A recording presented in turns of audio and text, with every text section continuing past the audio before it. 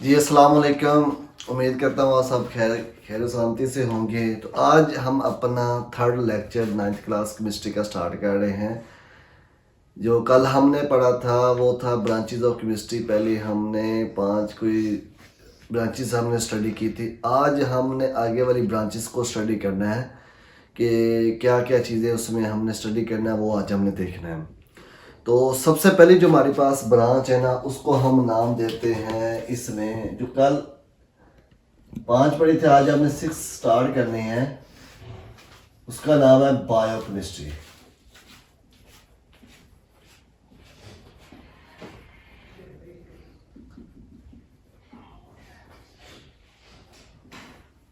अब देखिए बायोकेमिस्ट्री जो हम स्टडी कर रहे हैं, लफ्ज इज़हार हो रहा है बायो और केमिस्ट्री, दो लफ्जों का कॉम्बिनेशन है। एक है बायो और दूसरा है केमिस्ट्री। अब देखिए बायो में तो हम किसी भी चीज़ की लाइफ के बारे में स्टडी करते हैं और केमिस्ट्री में हम चीज़ों को स्टडी करते हैं उसकी रिएक्शन के लिहाज से।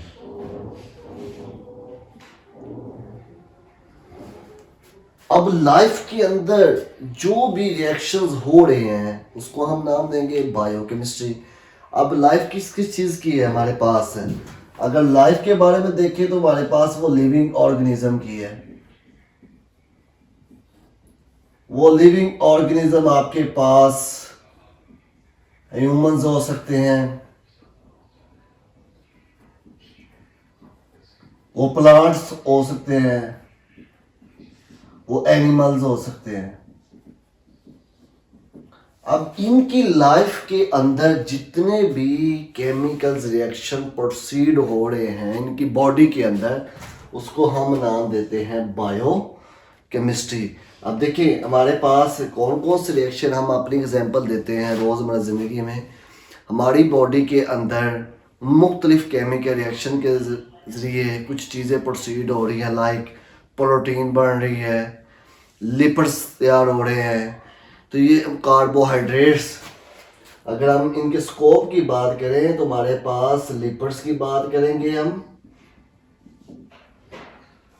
प्रोटीन की बात करेंगे, कार्बोहाइड्रेट्स की बात करेंगे,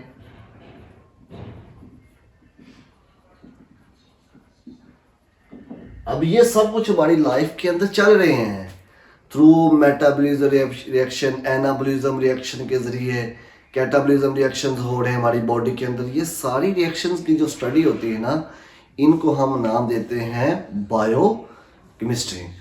इसके बाद जो आपके पास आती है उसको हम नाम देते हैं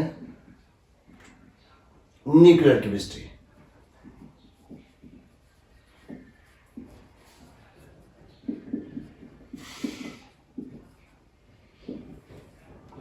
अब न्यूक्लियर केमिस्ट्री में हमने क्या, अब देखिए न्यूक्लियर से ही चीज रिलेटेड है, इसको हम ये कहेंगे न्यूक्लियस। और केमिस्ट्री के अंदर हमने क्या चीज स्टडी करनी होती है, रिएक्शंस।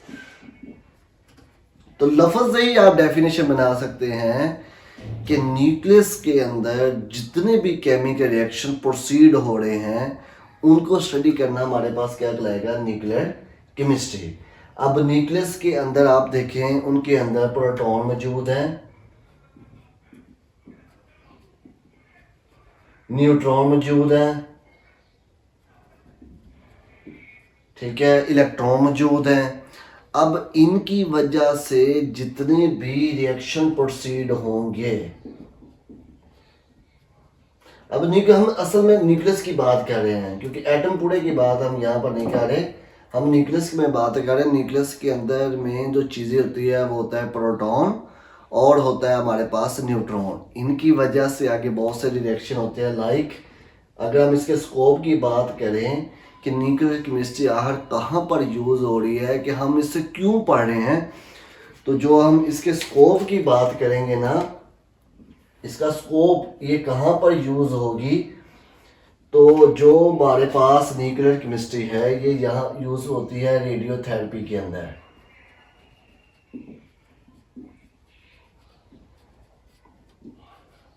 रेडियोथेरेपी कहते हैं ट्रीटमेंट ऑफ कैंसर।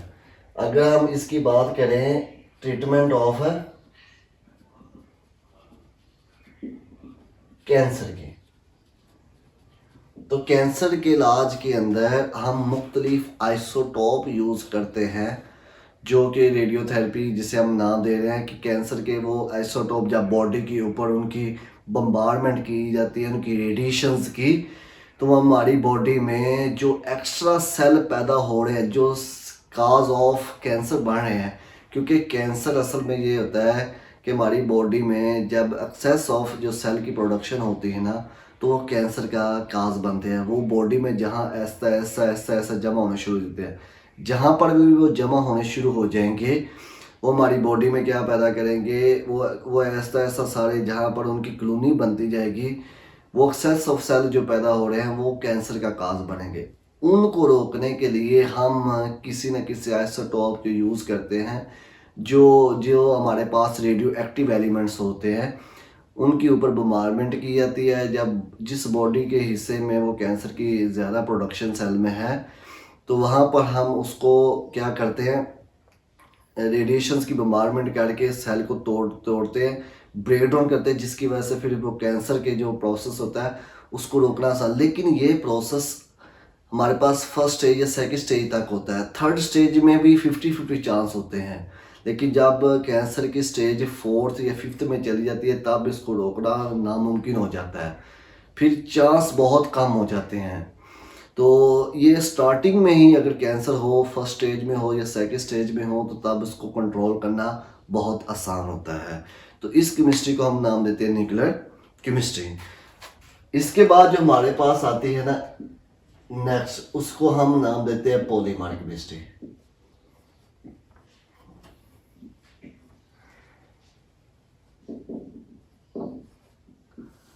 अब जो पॉलीमर्स का लफ्ज़ क्या कहाँ पर इस्तेमाल होता है, पॉलीमर का ये मतलब होता है ऐसे मॉलिक्यूल जिनका मॉलिक्यूलर वेट ज़्यादा हो। मॉलिक्यूलर वेट कह ले, मैस कह ले, इनका हाई होता है। ऐसे मॉलिक्यूल जिनका मॉलिक्यूलर वेट ज़्यादा हो उनको हम पॉलीमर कहते हैं, या इनको मैक्रो मॉलिक्यूल भी कहते हैं।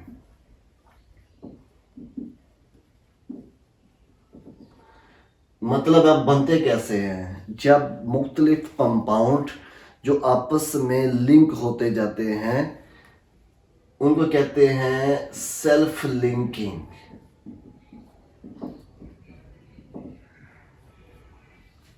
वो कंपाउंड सेम भी हो सकते हैं, वो कंपाउंड मुख्तलिफ भी हो सकते हैं। जब वो आपस में लिंक होते जाएंगे, आपस में इकट्ठे होते जाएंगे, तो एक ह्यूज मॉलिक्यूल बनेगा, एक लार्ज मॉलिक्यूल बनेगा जिसको हम माइक्रो मॉलिक्यूल कहते हैं। उनको हम नाम देते हैं पॉलीमर। अब हम इसे पढ़ क्यों रहे हैं, इसका हमें फ़ायदा क्या है, हमने वो चीज़ असल में इसमें देखनी होती है कि हमें इसका बेनिफिट क्या है। अगर हम इसके स्कोप की बात करें तो पॉलीमर जितने भी लाइक हमारे पास, अगर आपने नाम सुना होगा पीवीसी, इसको हम कहते हैं पॉलीविनाइल क्लोराइड।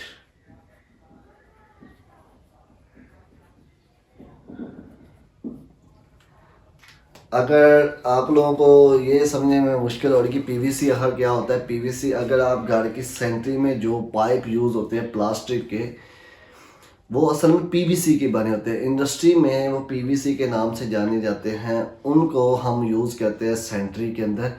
और वो जो पाइप होते हैं प्लास्टिक के बने होते हैं वो पॉलीमर के बने होते हैं और ह्यूज मॉलिक्यूल के होते हैं।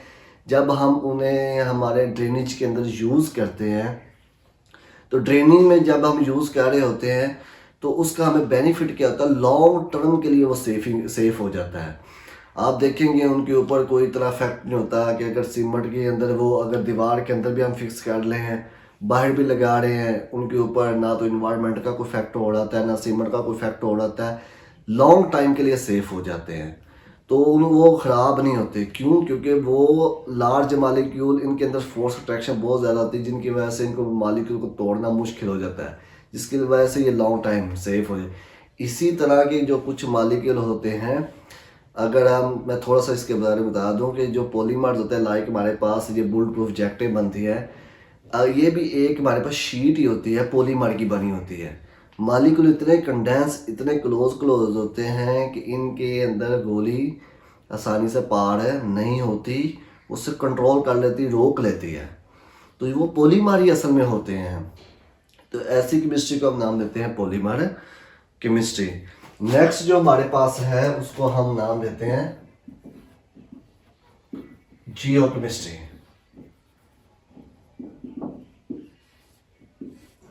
अब यहां पर वर्ड यूज हो रहा है आपके पास जियो। जियो का मतलब होता है अर्थ, और केमिस्ट्री का मतलब है केमिकल रिएक्शन। तो सबसे पहले हमने इस केमिस्ट्री के अंदर ये चीजें देखनी होती है कि अर्थ के अंदर कौन कौन सी कंपोजिशन है, अर्थ किन चीजों से मिलके बनी हुई है, उसकी कंपोजिशन क्या है। अगर हम अर्थ की बात करें, वैसे थोड़ा सा बता दूं कि अर्थ की जो कंपोजिशन है वो हमारे पास डिफरेंट मिनरल्स, उसमें एसिड्स वगैरह, बेस है, और उसमें सॉइल्स है, ये सारी अर्थ की कंपोजिशन में आती हैं। इनको स्टडी करना हमारे पास क्या कहलाता है, ये हमारे पास कहलाएगा जियो केमिस्ट्री। अब इसमें एक और चीज भी आती है हमारे पास, इन्वायरमेंटल रिसर्च।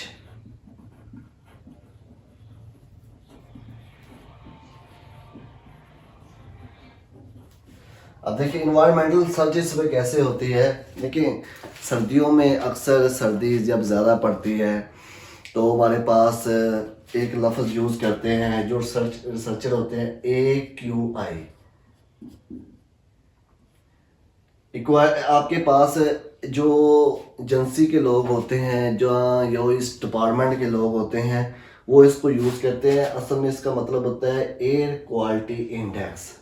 वो ये चेक करते हैं कि हवा के अंदर कितने कंपोनेंट्स की कंसंट्रेशन ज़्यादा होगी, कम होगी, जिसकी वजह से ये ज़्यादा सर्दी में स्मोक है ये ज़्यादा होगी है। तो किसकी वजह से ज़्यादा हुई है, इस कंपोनेंट की कंसंट्रेशन की वजह से हुई है, धुएं की वजह से, ऑटोमोबाइल यूज़ होते हैं। तो ये डिफरेंट चीज़ें हैं जो स्मोक का काज बनते हैं। ग्लोबल वार्मिंग जिसकी वजह से फिर गर्मियों में गर्मी ज़्यादा पड़ती है, ग्रीन हाउस इफेक्ट। हम इसके अंदर वो भी चीज़ें सारी स्टडी करते हैं, ग्लोबल वार्मिंग, वो चीज़ें गर्मी क्यों इतनी ज़्यादा बढ़ रही हैं। तो ये सारी स्टडी कहलाती है हमारे पास जियो केमिस्ट्री। इसके बाद हमारे पास जो आगे है उसको हम कहते हैं मेडिसिनल केमिस्ट्री।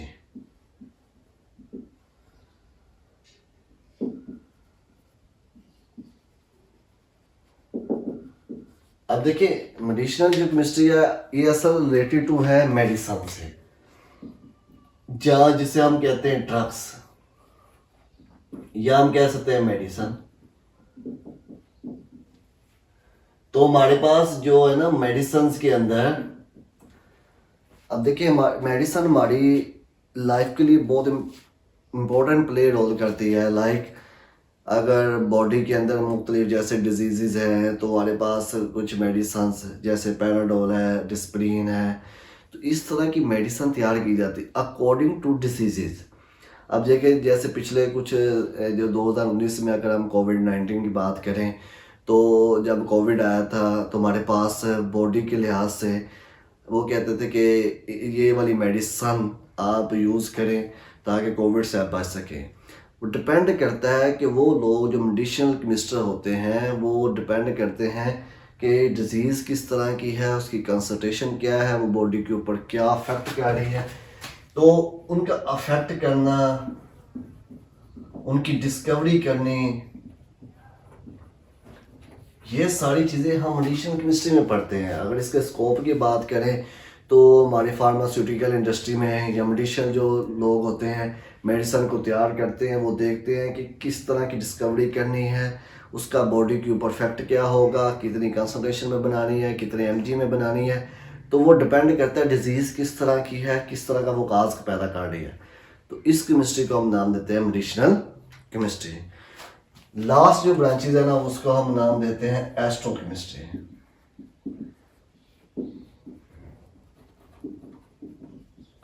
एस्ट्रो का असल में उर्दू में मतलब होता है अजराम फल्की। अब इसका मतलब क्या होता है, अजराम फल्की कहते हैं हमारे पास जो स्टार्स हो गए, प्लैनेट्स तो हो गए, अब देखिए ज़मीन से आप देखें हम स्पेस के अंदर, हम असल में बात कर रहे हैं स्पेस के अंदर। अब स्पेस में हमारे पास स्टार भी मौजूद है, प्लैनेट्स भी मौजूद है, जो सूरज चांद तारा, इससे भी बड़े बड़े हमारे पास स्टार्स मौजूद हैं। उनके अंदर आप देखें डिफरेंट एटम्स एग्जिस्ट करते हैं, उनके अंदर आयंस भी एग्जिस्ट करते हैं। उन स्पेस स्टार्स के अंदर जो एटम्स हैं, या हम बात कर रहे हैं आयंस की बात कर रहे हैं, उनकी वजह से जो केमिकल रिएक्शन हो रहे हैं,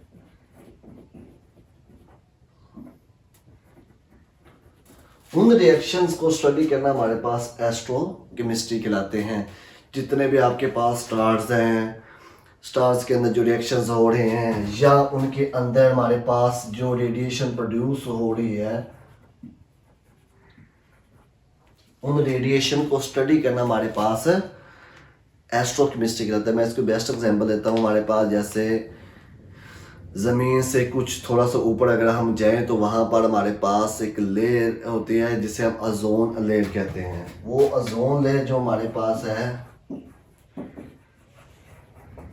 वो सूरज से आने वाली जो ख़तरनाक रेडिएशन उनको अपने अंदर रोक लेती है, और ज़मीन पर वही रेडिएशन पहुंच पाती है जो हमारे लिए बेनिफिट है। अगर वो रोके ना, वो रेडिएशन ज़मीन तक पहुंचे, तुम्हारी बॉडी के लिए बहुत सारे नुकसान है, कैंसर का काज बनेगा।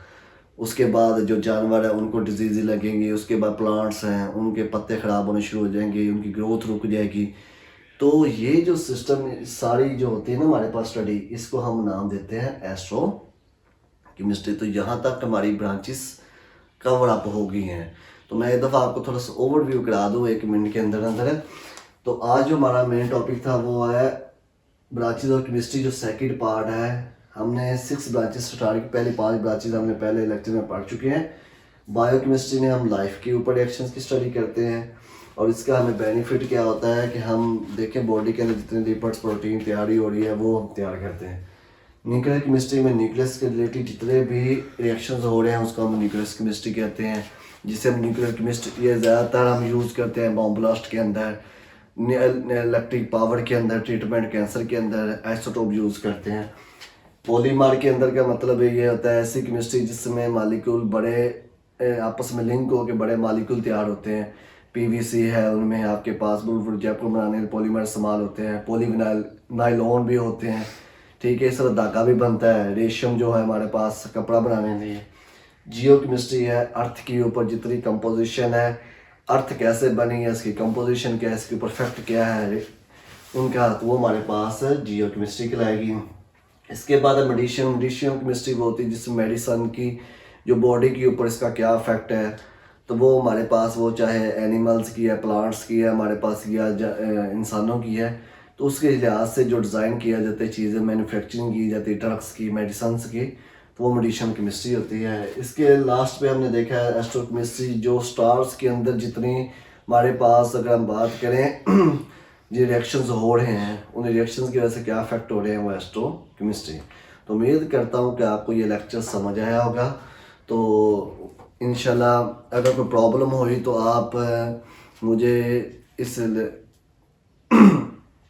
अब ये सॉरी ज़रा अगर कोई प्रॉब्लम हुई तो आपने क्या कहना, वीडियो के नीचे मुझे कमेंट्स करें और इसके क्वेश्चन वगैरह पूछें। अगर कोई ना समझ आए तो मैं इंशाल्लाह आपको इसके ज़रूर आंसर करूँगा। वक्तन फ़वक्तन जो चीज़ें आपको कुछ रह भी जाए तो वो भी आप मुझसे डिस्कस करें। तो इंशाल्लाह मिलते हैं नेक्स्ट लेक्चर में। अल्लाह हाफिज़।